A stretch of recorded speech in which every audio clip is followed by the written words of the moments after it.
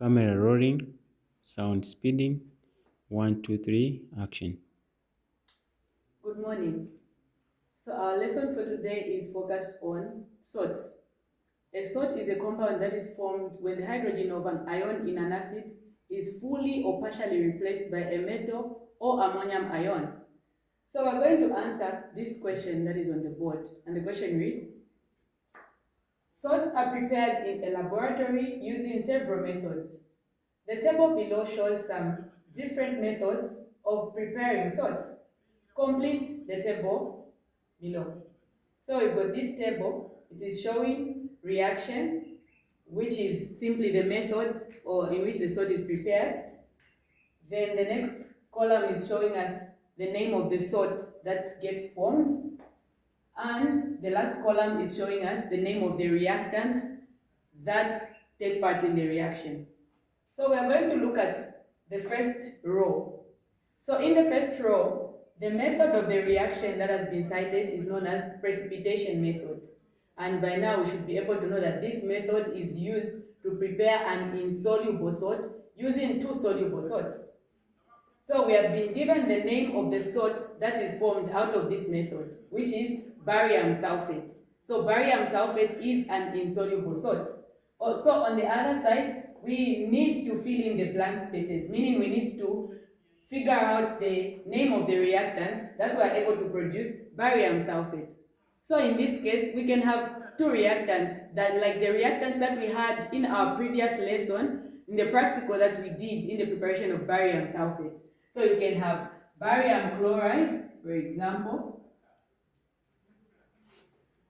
reacting with copper sulfate. So when these two react, they will be able to form barium sulfate. Okay. Then the next one is neutralization. So a neutralization reaction is a reaction which occurs when an acid reacts with a base to produce a salt and water only. So in this reaction, we haven't been given the name of the salt that gets formed, but we have been given two reactants. Our base is potassium hydroxide, while our acid is sulfuric acid. So in this case, the metal which is present in the base displaces the hydrogen or takes the place of hydrogen in sulfuric acid. So the salt that will be formed, the first name in the salt that will appear is the metal that is involved. So in this case, the first name will be potassium. Then the last name of this salt that will be formed is the radical that is present in the acid. So we look at the acid, it's sulfuric acid. So the radical that is present in sulfuric acid is the sulfate radical. So the salt that will be formed will be potassium sulfate. It can be written as. Okay. Then the last one, the reaction is between an acid and a carbonate. So according to the reactions of acids, whenever an acid reacts with a carbonate, the products that you get are a salt, carbon dioxide, and water. So the name of the salt that gets formed, we have been given copper 2 nitrate. So we need to figure out the reactants. So in these reactants, we should have a carbonate present.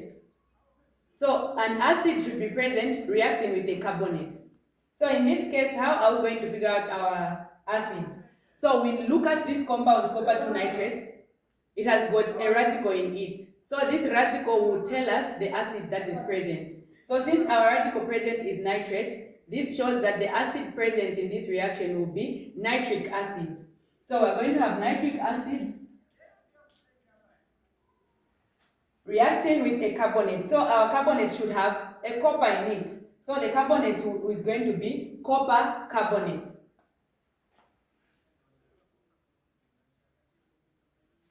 So these will be the two reactants for this reaction. So for you to be able to understand this question very well, you need to understand the reactions of acids, you need to understand the solubility rules, and you need to have them right in your head as a learner. Then it will be very easy for you to be able to handle the reactions of acids and how salts are formed. I hope this lesson will be helpful to you. Thank you so much.